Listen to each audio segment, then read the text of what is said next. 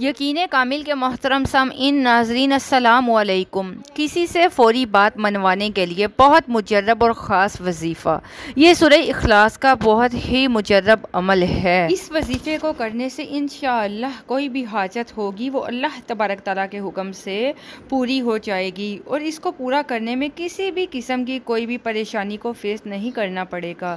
یہ بہت ہی مجرب وظیفہ ہے جس کو کرنے سے انسان پرسکون ہو جاتا ہے اور اس کی پریشانیوں میں کمی آ جاتی ہے، پریشانیوں کا حل مل جاتا ہے، اس کو ان باتوں کا جواب مل جاتا ہے کہ جن جوابات کو وہ بہت ہی زیادہ عرصے سے تلاش کر رہا ہوتا ہے۔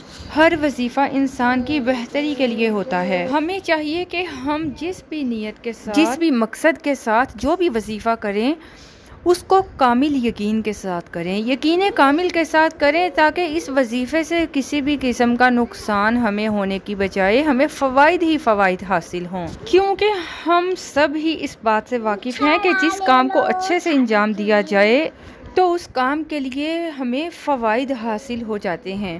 یہ وظیفہ ان لوگوں کے لیے ہے جو اپنی بات کسی سے بھی منوانا چاہتے ہیں، خواہ وہ بیوی ہو خواہ وہ شوہر ہو۔ اگر شوہر اپنی بیوی سے کوئی بات منوانا چاہتا ہے تو وہ یہ وظیفہ کر لے، اور اگر کوئی بیوی اپنی بات منوانا چاہتی ہے اپنے شوہر سے تو وہ بھی کر لے۔ اگر کوئی ماں اپنے بیٹے سے کسی بھی قسم کی جائز بات منوانا چاہتی ہے تو وہ بھی اس کو کر سکتی ہے۔ اسی طرح اگر کوئی باپ اپنے بیٹے سے یا بیٹا اپنے باپ سے کوئی بات منوانا چاہتا ہے تو اس وظیفے کو کر لے، غرض یہ وظیفہ ان لوگوں کے لیے ہی ہے کہ وہ کوئی بھی بات کسی سے منوا سکیں۔ یہاں پر ایک بات میں کہنا ضروری سمجھتی ہوں، جائز مقصد کے لیے کسی بھی وظیفے کو کیا جا سکتا ہے۔ اس وظیفے کو پھر سے بتاتی چلوں، کرنے کا مقصد جائز ہونا چاہیے تو کوئی بھی نقصان نہیں ہوگا۔ اگر آپ اس مقصد کو آپ کا مقصد جائز نہیں ہے تو نقصان ہونے کا اندیشہ ہوتا ہے۔ تو اب سماعت فرمائیے کہ اس عمل کو کیسے کرنا ہے۔ آپ دن میں کسی بھی وقت باوضو حالت میں وضو کر کے 101 مرتبہ سورہ کوثر کے تلاوت کر لیجئے۔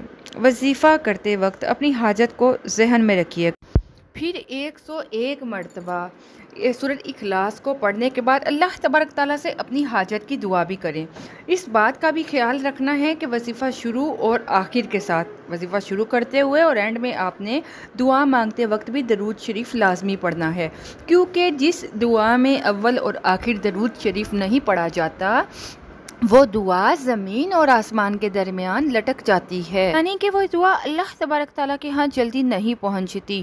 اور میں آپ لوگوں کو بتاتی چلوں، اس کو یقین کے ساتھ کریے اور باقی لوگوں کے ساتھ بھی ضرور شیئر کریں۔ اجازت چاہوں گی، اللہ حافظ۔